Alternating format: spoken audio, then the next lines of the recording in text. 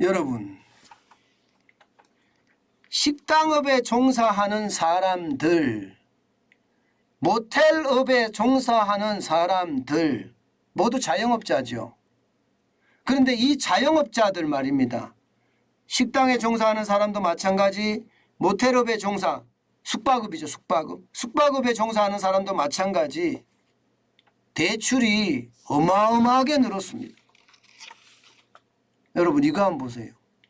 전년 대비해서 식당 자영업자 대출액 증가율입니다.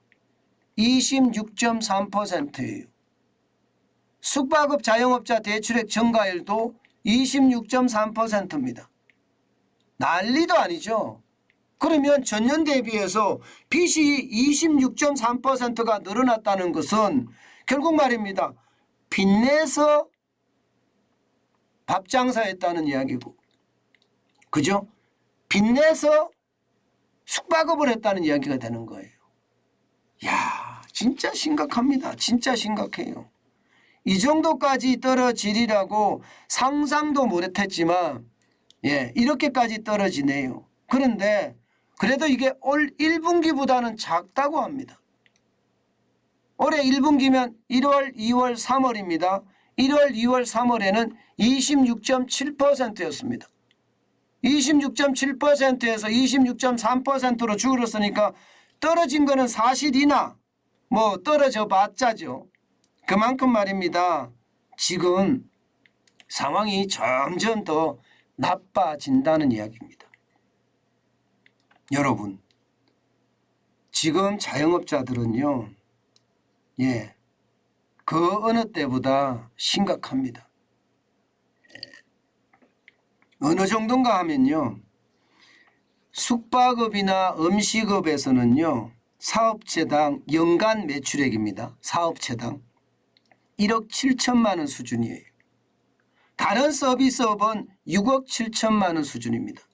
그러면 절반에도 못 미치죠. 그러니까 굉장히 어려워지고 있다는 것도 사실이 됩니다. 식당 그리고 숙박 이것만 어려운 것은 아닙니다. 도소매업도 마찬가지입니다. 도소매업도 전년 동기 대비하면 20.3%나 늘어났습니다. 20.3%. 그러니까 이게 식당 하는 사람, 숙박업 하는 사람, 그리고 도소매까지 편의점이죠.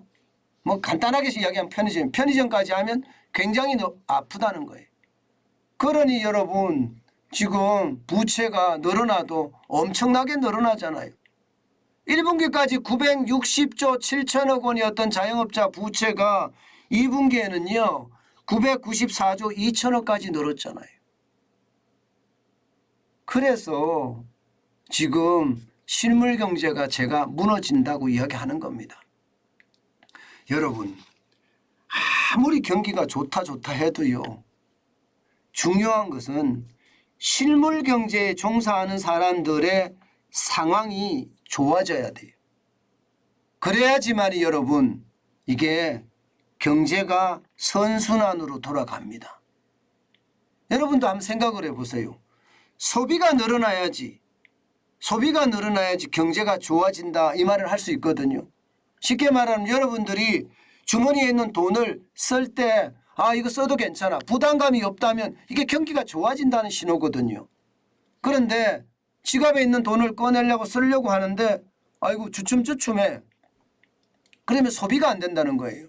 소비가 안 되면 실물 경제가 무너지는 거고요. 실물 경제가 무너지면요 경제 전체의 선순환이 악순환으로 바뀝니다. 그만큼 어려워진다는 얘기예요.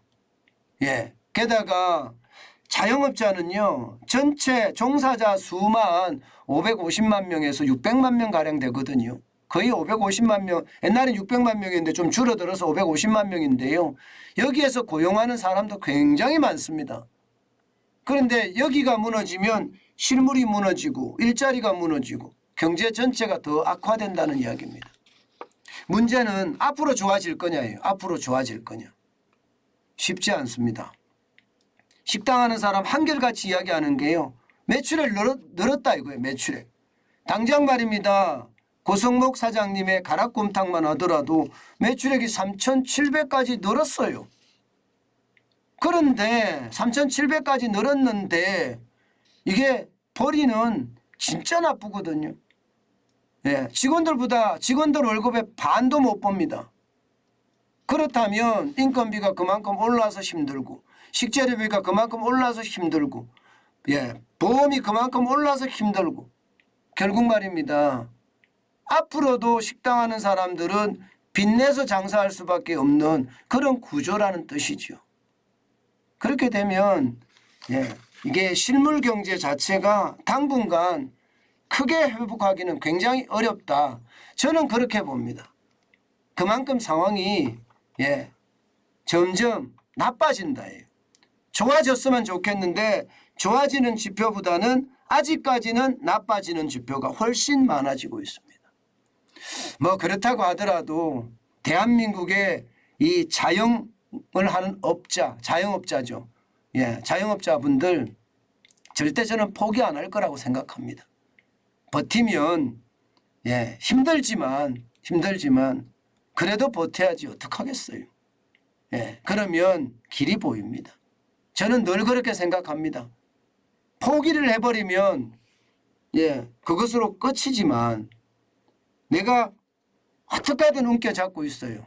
예, 어떻게든 매출을 올리고 또 월세가 많으면 주인에게 하소연도 하고 예, 또 예, 뭐 세금을 못 내면 좀 미루기도 하고 이렇게 해서 어떻게든 버티면 저는 버티는데 큰 힘이 될 수 있다고 생각합니다.